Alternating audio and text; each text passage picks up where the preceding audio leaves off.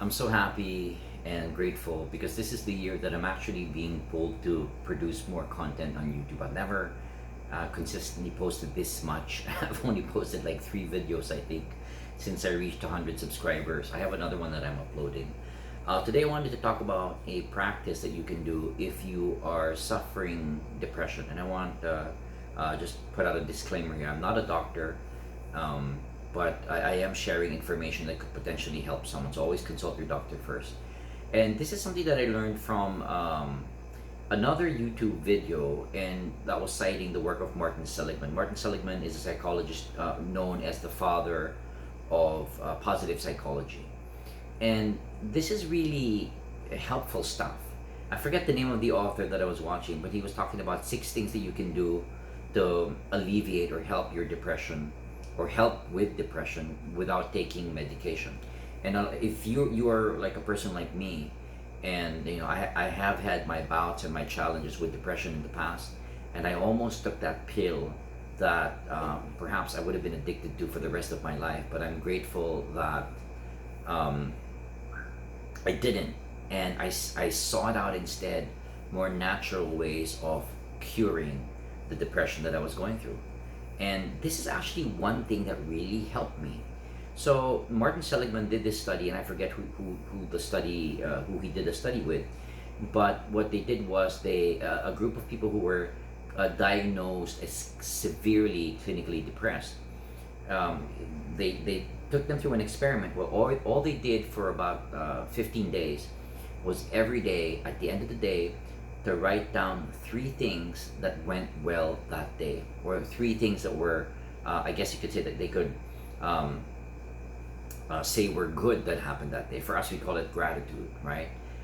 And surprisingly, or maybe not surprisingly, at the end of only 2 weeks, right, or 15 days, 94% of the people involved in that experiment um, were diagnosed as only having mild to moderate depression. I mean, that's a huge thing.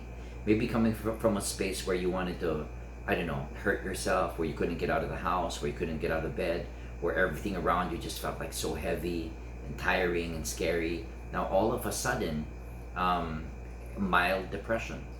Why is that significant? Well, it gives people hope to be able to move forward and just take that next step, that next baby step to making life a little better. I actually personally experience this when I'm coaching people. I've been coaching people for 10 years um, from all over the world. And this is something that is so true. It's one of the practices that I share with them. And it's not whether it works or not. I just say, like, try it out and see how it works for you. But I think the other skill there is to get people to a space where they will be at least willing to try something out. And I'm grateful because when people are trying stuff out, whether it's gratitude or it's their successes or their journaling, you know that they're taking some action that is literally rewiring their brain. We talk about brain plasticity, and when you are doing things, you're literally creating new neural connections in your brain when you're doing something that perhaps you're learning or something that you're not used to doing, and it'll take a little bit of effort, but you're literally rewiring or reprogramming your brain, and it's helpful.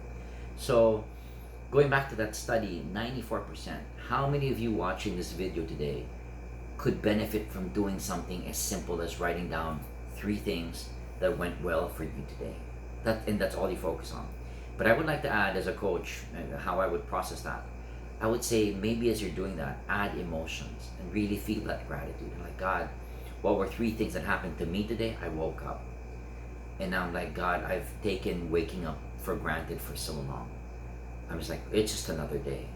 Well, guess what? One day, you will not wake up anymore. That's a sobering thought.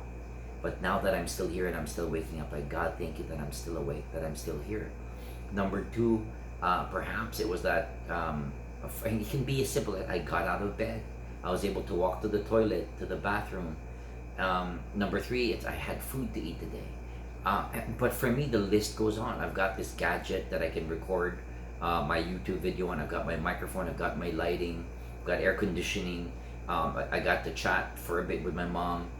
So well, one of the biggest wins actually today was I got to have a long conversation with my son, an hour. He's based in San Francisco, and it was one of the best conversations I had with him, because we were talking about how when he was 6 years old, we were playing games on the PlayStation 2, and we were trying to complete all these co-op games. It was so much fun.